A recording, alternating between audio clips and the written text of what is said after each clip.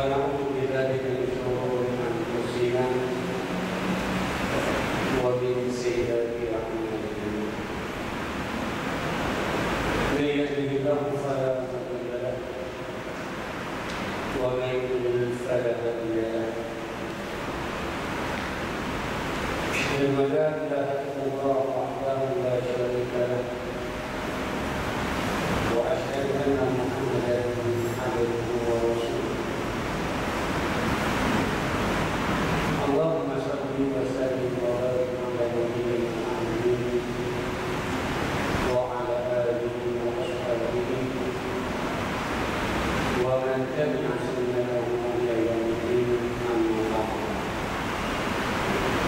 para jemaah muslimin muslimat rahimahumullah, alhamdulillah kembali seperti biasa kita mulakan kuliah 20 sekaligus kuliah hadis yang setiap malam Jumat kita berkumpul di sini dengan sama-sama kita terus memanjatkan puji dan syukur kepada Allah Subhanahu wa taala karena hanya dari pasal kurnia Allah Subhanahu wa taala saja kita mampu sampai ke tempat yang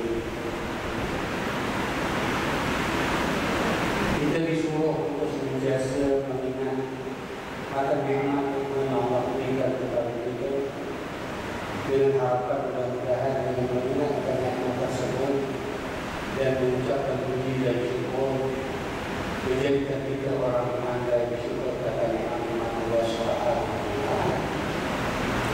Saya yakin semua yang hadir ini hafal doa Allahumma a'inni ala zikrika wa syukrika wa husni ibadah. Ya Allah, bantulah aku agar menjadi hamba-Mu yang selalu mengingatkan nikmat-Mu. Ya Allah, bantulah aku agar aku menjadi hamba-Mu yang akan mensyukuri nikmat-Mu. Ya Allah, bantulah aku agar aku mampu beramal dengan amalan yang baik. Hadis ini kalau kita lihat Nabi sallallahu alaihi wasallam wasiatkan kepada Mu'adz bin Jabal. Mu'adz bin Jabal ini bukan macam kita bukan. Orang yang Nabi sebut dia qiyamah Mu'adz imam ulama akan datang nanti di yaumul qiyamah Mu'adz bin Jabal sebagai imam daripada seluruh ulama. Orang yang hebat tersebut Mu'adz bin Jabal yang Nabi sallallahu alaihi wasallam sebut ummati a'lamu al-halal wal haram, umatku yang paling tahu tentang halal dan haram. Mu'adz bin Jabal yang sampaikan ketika Khalifah Umar bin Khattab dibunuh saat-saat akhir hayatnya. Umar bin Khattab masih hidup, kalau Mu'adz masih hidup nescaya aku akan pilih sebagai pengganti. Orang yang macam ini Nabi sallallahu alaihi wasallam ingatkan kepada Nabi, ya Mu'adz, la tad'anna fi kulli duburi salatin maktubah. Wahai Mu'adz, jangan kau tinggalkan doa ini pada setiap kali selepas kamu salat fardu maktubah. Allahumma a'inni ala zikrika wa syukrika wa husni ibadatik. Ya Allah, bantu ya agar aku boleh ingat. Para jemaah yang saya hormati sekalian, siapa kita dengan Mu'adz bin Jabal? Umpama langit dengan bumi jauh panggilan dari orang yang sehebat dengan itu Nabi nasihatkan dan Nabi wasiatkan kata la tad'anna, jangan sekali-kali kamu tinggalkan fi kulli duburi salatin maktubah, setiap kali lepas salat fardu untuk doa macam itu. Maka kalau ada orang yang tak mau ingat Allah Subhanahu wa taala, Allah tak tahu bagaimana cara kita mengenal Allah Subhanahu wa taala dengan kesibukan kita mengurus dunia. Mungkin malam ini kita curi masa kita, curi waktu-waktu rehat kita untuk kita berkorban supaya kita duduk di rumah Allah Subhanahu wa taala dengan harapan mudah-mudahan fa innal malaikata La tada'u, sungguh malaikat itu akan lepaskan sayapnya, duduk bersama-sama dengan orang yang menuntut ilmu. Harapan kita duduk malam ini untuk mengingat. Yang pertama, bagaimana nasib kita pada besok pagi? Kita diwafatkan oleh Allah Subhanahu wa Ta'ala. Kita duduk malam ini untuk memikirkan bagaimana perjalanan hidup kita pagi tadi sampai sekarang. Apakah lebih banyak pahala daripada dosa? Kita duduk malam ini mengingat apakah kita ini sebagai seorang suami dan bapa telah menjalankan tanggungjawab kita hari ini. Itu tujuan Nabi sallallahu alaihi wasallam wasiatkan kepada Muaz bin Jabal. Maka pertama ibu bapa-bapa yang semati sebelum jangan tinggalkan doa yang menjadikan kita orang yang tawab, menjadikan kita orang yang ingat Allah Subhanahu wa Ta'ala dan berusaha untuk cari majlis-majlis yang boleh mengingatkan kita kepada Allah Subhanahu wa Ta'ala. Natijahnya wa ala zikrika wa syukrika, supaya kita ni nak bersyukur nikmat-nikmat Allah Subhanahu wa Ta'ala. Saya ingin cerita tentang Syria ni dari satu macam orang ini orang Singapura ni bersyukur pada banyak. Kita ni terpilih macam intan permata, intan yang tersari. Walaupun kita jauh 1,400 kilometer, 6,000 lebih kilometer daripada Mekah, jauh masa 1,400 tahun. Allah sayang dan kasih dengan kita orang Singapura, khususnya orang Islam. Mari sama-sama kita mulakan dari segi berdoa. Mudah-mudahan Allah Subhanahu wa Ta'ala perpanjang dan nikmat kita semua. Mudah-mudahan Allah SWT tambahkan iman. Mudah-mudahan Allah SWT pelihara iman. Mudah-mudahan Allah SWT kuatkan iman. Mudah-mudahan Allah SWT jadikan kita hamba-hamba yang mahu mengingatkan nikmat-nikmat yang Allah berikan kepada kita.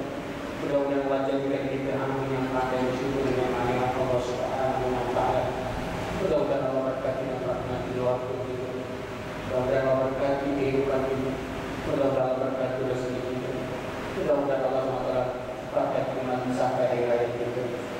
Amin amin ya rabbal alamin. Para jemaah muslimin muslimat rahimah semua, alhamdulillah biar kita minggu lalu dengan izin Allah kita dapat berpindah hadis yang pertama pada bab yang ke-72. Bab yang bagus untuk belajar di semua Islam. Bab tahrimul kibr, haramnya sombong, takabur, wal i'jab, dan juga haramnya membangga diri, ujub. Ataupun hadis yang 610 menurut rujukan buku dalam kitab Riyadhus Shalihin mengandungi 372 bab, kita masih bab yang ke-72. Alhamdulillah. Dalam kitab Riyadhus Shalihin mengandungi 1893 hadis, kita baru masuk 610. Minggu lalu kita dah bacakan hadis ini dan kita dah jelaskan kedudukan hadis ini dan belajar hadis mesti tahu tentang kedudukan. Apakah hadis sahih daripada Nabi sallallahu alaihi wasallam ataupun tidak kan? Kita ni kadang-kadang asal bahasa Arab itu mensupport. Saya masih ingat dulu saya kecil-kecil ni kita tengok abang-abang duduk tepi kedai kopi itu dijaga agama. Di betul umur tu Arabic. Ini saya meletih agak bahak perlu sampai situ. Dia duduk situ, macam tinggi. Dia cakap budak-budak ni orang ni macam ini nak pergi sembah Tuhan, bapa tak kenal siapa Tuhan kau. Budak-budak ni berkata kepada macam ini sembah Allah, tak kenal Allah. Sepatutnya kenal Allah dulu baru sembah. Budak-budak kayak dia tak boleh juga. Orang dia, tapi sebelum kenal Allah, kena kenal diri dulu. Oh, saya kenal diri tu tahun 20-an, 80-an. Zikrullah, nazrul haq, budi suci sejati yang lama-lama itu masih ingat. Ilmu kenal diri, ada buku di belah langit. Amen. Warakit itu fikir. Kena kenal diri itu baru boleh kenal Allah. Dia cakap, man arafa nafsahu faqad arafa rabbahu. Kita boleh dengar Arab bagi kita ulama. Kalau tak Quran hadis, bukan hadis pun la hasbuhu, tidak ada asal sanad tadi. Man arafa nafsahu faqad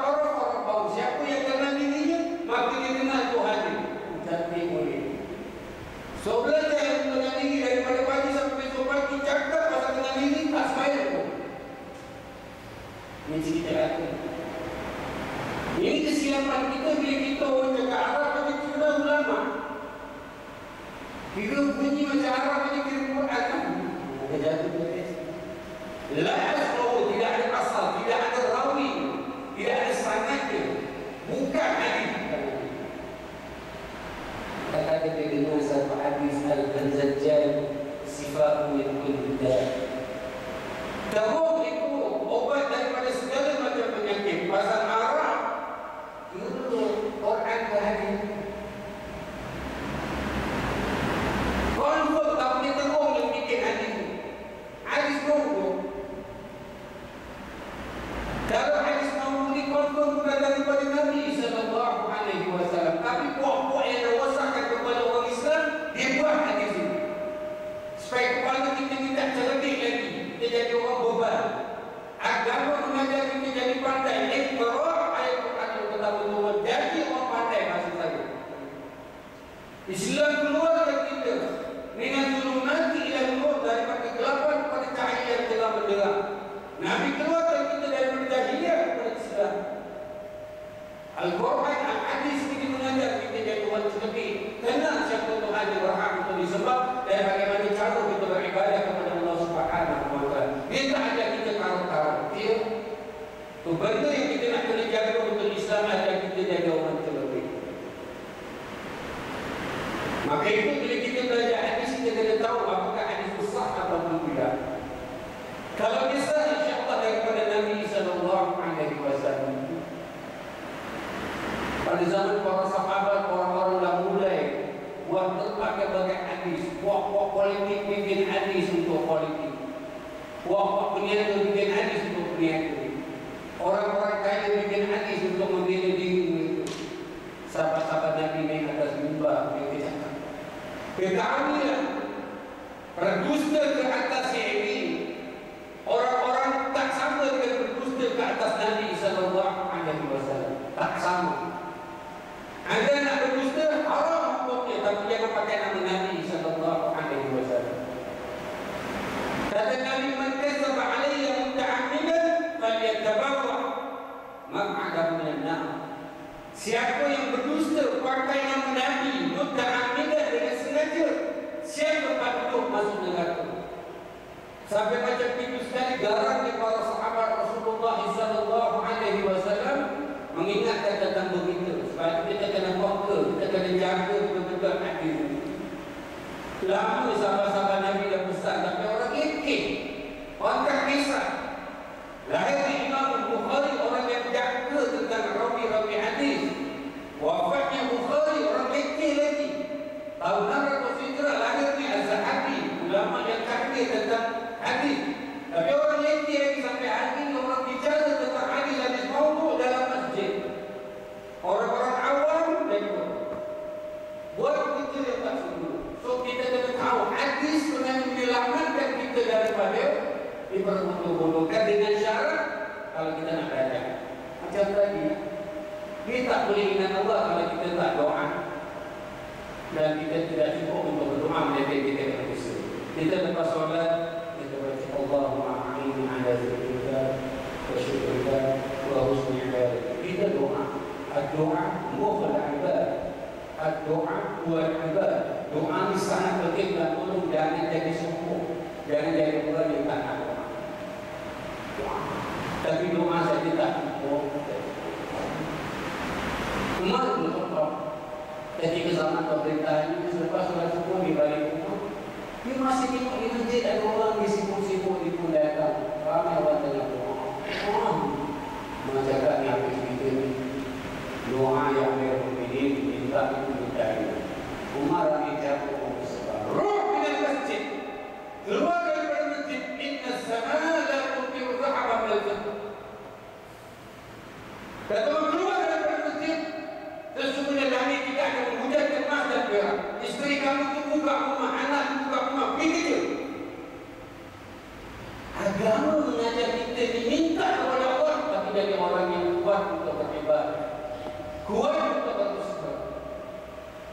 So kita tahu agama ni akhirnya jadi kalam kabut. Mana negeri pun berbagai-bagai fahaman yang karut-karut. orang tak cerita lagi Syiah, orang tak cerita lagi Qadiani, orang tak cerita lagi kerajaan ajaran siapa orang cerita liberal hari ini. Ada fahaman yang merosak anak muda kita hari ini. Kita search internet, kita google, kita tengok macam-macam cerita. Ayat-ayat Quran diterjemahkan di kepala mereka. Agama jadi rusak, kita jaga baik-baik.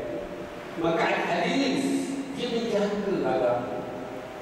Bagaimana kita nak memahami agama? Bagaimana kita nak memahami Quran? Kita kena pelajari hadis. Dan hadis ini oleh kerana disampaikan oleh perawi-perawi yang berbagai-bagai ragam, maka datanglah ulama-ulama hadis menjaga kedudukan hadis tadi. Alhamdulillah, minggu lalu hadis yang kita pelajari sangat-sangat kuat kedudukan muttafaqun alaih. Kita dah jelaskan banyak kedudukan. Dan diceritakan oleh seorang sahabat yang sangat-sangat hebat memenang masuk Islam, Abdullah bin Mas'ud. Subhanallah. Orang yang Nabi cakap siapa nak dengar Quran daripada siapa nak dengar Quran yang dibaca oleh Jibril kepada aku dengar daripada Jibril, Abdullah bin Mas'ud. Macam itulah Jibril baca kepada Nabi, macam itu Abdullah bin Mas'ud membaca. Inilah hebat orang yang lalu bayangkan hari ini kita pergi buka, kita dengar orang suka jadi imam pun nangis. Dengan sesuai baca, kita dengar orang yang dah imam seribu atau tahun selepas Nabi, kita dengar itu. Bayangkan kalau anda dengar bacaan dari Abdullah bin Mas'ud. Ini roh Islam bila kita belajar hadis ini menceritakan kehebatan para sahabat. Kita pergi Mekah, kita dengar azan Mekah, nangis. Bagaimana azan yang dilakukan di Bilal bin Rabah, orang yang ditarik masuk surga. Nabi belum wafat, Bilal belum wafat, Nabi dah dengar tapak kakinya di surga. Bagaimana kalau kita dengar azan daripada Bilal bin Rabah? Ini roh Islam yang kita belajar ini. Bayangkan kalau Siti Nurhalizah yang azan, saya rasa ramai yang datang ke sini. Yang tak boleh jalan pun datang juga. Muslimin yang saya hormati sekalian, agama mengajar kita supaya kita berfikir.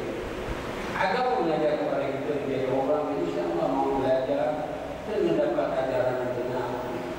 Abdullah bin Mas'ud mengingatkan kepada kita dengan hadis yang berada di Bukhari dan Muslim. Katanya Nabi pernah bersabda, "La yadkhulul jannah man kana fi qalbihi misqal zarratin min al-kibr." Subhanallah. Seram. La yadkhulul jannah, tidak akan masuk surga. Hadis muttafaqun alaih.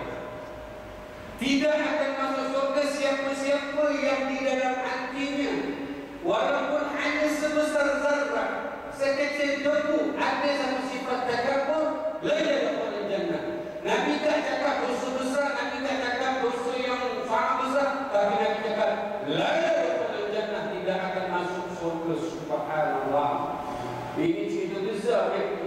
Kata puas tukang dong play kami ini besar. Takabur dia, la yadkhulul jannah. Walaupun alim, ilmu banyak, walaupun ibadat kuat, puasa sunnah, tak tinggal malam tahajud, walaupun banyak kebajikan, angka baik-baik dalam Islam ini dijaga supaya kita betul-betul ikhlas dalam beribadah. Kita semua dah belajar tentang hadis ikhlas. Pada zaman Muawiyah bin Abi Sufyan ketika dia menjadi khalifah ini satu zaman yang sangat kritikal. Keadaan politik itu sangat teruk. Karena kita tahu apabila Ali bin Abi Thalib ditabalkan menjadi khalifah, pergolakan di tangan para sahabat betul-betul, buah-buah yang nak merosakkan Islam ambil kesempatan, ambil berlaku peperangan Jamal, berlakunya peperangan Siffin di antara kuat Muawiyah dengan Ali bin Abi Thalib. At the end, selepas Hasan bin Ali bin Abi Thalib menjadi khalifah 8 bulan, Muawiyah bin Abi Sufyan ditabalkan menjadi khalifah. Hasan itu Nabi, anak kepada Ali bin Abi Thalib. Dia sendiri jiwa. Dia cakap, ya Muawiyah, mari sini kita musyawarah. Aku pun bukan nak pilih sangat nak jadi khalifah. Allah yang minta aku jadi khalifah. Bapa aku mati dibunuh. Engkau lebih berpengaruh, engkau lebih berkualiti. Engkau jadi khalifah dengan syarat-syarat. Bila Muawiyah jadi khalifah ni, politik jadi rusak. Dia nanti tak berjumpa, dia jumpa tak bersalam. Sampai bila Muawiyah bikin haji pergi ke Mekah, dia tengok sampai tak Mekah ni, bau-bau politik sampai jumpa tak bersapa, pergi salam tak jawab. Macam itulah. Kita pun dah jadi belum ni. Kadang-kadang dia bukan masalah politik, masalah kadang-kadang belajar dari buku dia. Kadang-kadang buku dia tak kira dia belajar. Benda ni berlaku dulu. Pada zaman Muawiyah bin Abi Sufyan dia. Bila dia tengok di Mekah, dia naik mimbar hari Jumaat, dia berkhutbah, dia sebut hadis ini. Katanya orang lupa pada zaman Khalifah Umar berkhutbah. Ketika Umar patah menjadi khalifah, beliau berkhutbah yang sama yang nak khutbah hari ini.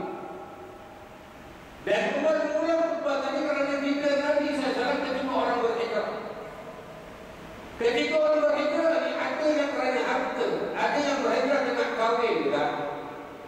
Hatib bin Abi Balta'ah, Hatib bin Abi Balta'ah kemarin cerita tentang orang suku Mekah dan cerita.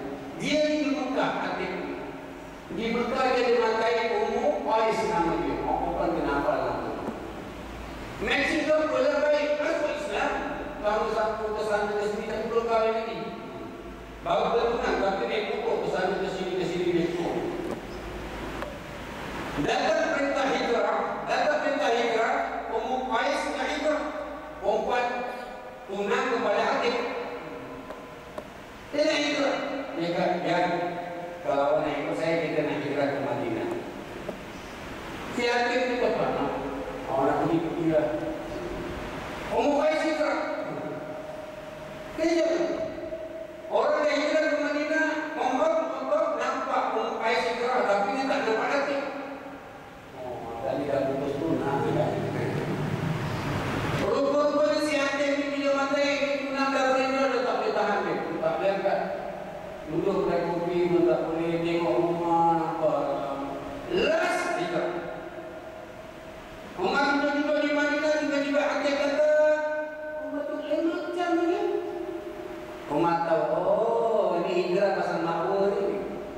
Umar tanya kepada Nabi SAW, ya Rasulullah, bagaimana kalau orang yang berhijrah kerana kahwin? Umar merujuk kepada kes Hatib. Habis sama cerita tentang harta, boleh cerita. Kata Nabi, innamal a'malu binniyat wa innamal likulli imri'in ma nawa. Sesungguhnya satu amalan wajib dengan niat, dan seseorang tidak akan mendapat ganjaran pahala kecuali dengan niat. Faman hijrah, siapa yang berhijrah ila Allah wa Rasulih, kepada Allah dan Rasulih, fa hijratuhu ila Allah wa Rasulih. Kalau ikhlas dengan Allah dan Rasul dapat. Ramai sahabat-sahabat ini kata cuma dia sini je. Faman hijrah, siapa-siapa yang berhijrah ila dunia, kerana dunia, yusibuha dan harta-hartanya, awin imra'atin atau kerana perempuan yang dia nak kahwin tadi, fa hijratuhu ila ma hajara ilaih, maka hijrahnya dapat lagi. Umar ketika khalifah dia nasihatkan orang-orang yang tak ikhlas dengan hadis ini, dan Muawiyah bin Abi Sufyan apabila menjadi khalifah dia pun menasihat yang sama. Hari ini kita kena pergi atas mimbar kerana orang Islam kadang-kadang tak ramai yang beramal dalam keadaan yang ikhlas. Ikhlas ni benda yang sangat-sangat penting dalam agama. Maka itu bila kita beramal, akhirnya muncul sombong, riak, takabur, ujub, la yadkhulul jannah, tidak akan masuk surga. Maka tadi jaga berada, minggu lalu saya sengaja pernah saya sebut, ulama mengatakan bahawa kita kena cari apakah punca takabur. Punca orang lain boleh jadi sombong, kata ulama itu. Pengarah kebalikan tahrir al-kibri wal jah. Sepatutnya tahrir al-ujub. Haramnya bangga diri kerana dia akan boleh jadi kesombongan. Kata ulama, mula-mula pasal kita bangga kadang-kadang kaya sikit, kan? Allah boleh kaya, alhamdulillah. Tapi pasal kekayaan ini pun jadi ujian. Kaya sikit rasa bangga, jadi jadilah sombong. Kadang-kadang pandai sikit, rasa bangga, jadilah sombong. Minggu lalu saya cerita tentang Jahiliyah zaman Abu Hanifah. Minggu lalu dia cerita pandai sikit tapi lawa. Karena jawatan tinggi, bila kita ada jawatan tinggi sikit jadi bangku. Bila bangku mulailah semua. Apa Nabi nasihat dan hadis ini daripada Muaz bin Jabal itu. Kata Nabi ya Muaz, laulam takun tusbihu. Kata Nabi ya Muaz, kalau engkau tidak melakukan dosa, tusbihun dosa. Kalau ada seorang umatku yang tidak melakukan dosa, lahiqtu alaikum ma huwa akbar min al-uyub wal-udub. Bahasa Nabi ni, kata Nabi, kalau orang ni alim tak buat dosa, tapi ketahuilah ada satu benda yang lebih besar, huwa akbar.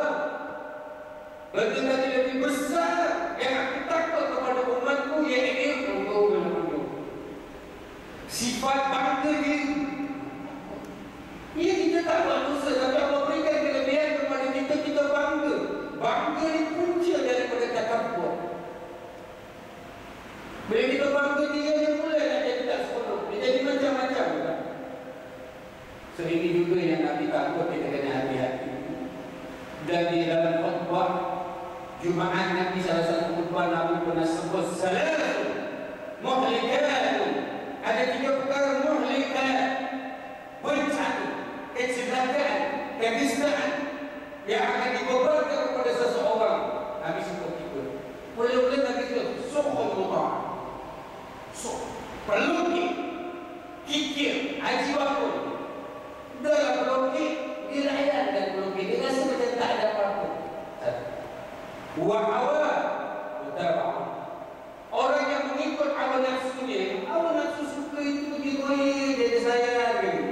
Yang ketiga kata Nabi, wa'ijab al-mar'i bi nafsi, orang yang bangga diri sendiri. Semua bangga diri di muhlikat, atau benda yang Allah mendatangkan bencana, malapetaka. Waliyahzubillah. Seminggu lalu saya sengaja ulang-ulang sejarah yang kita kena baca. Quran di sistem dia berulang-ulang.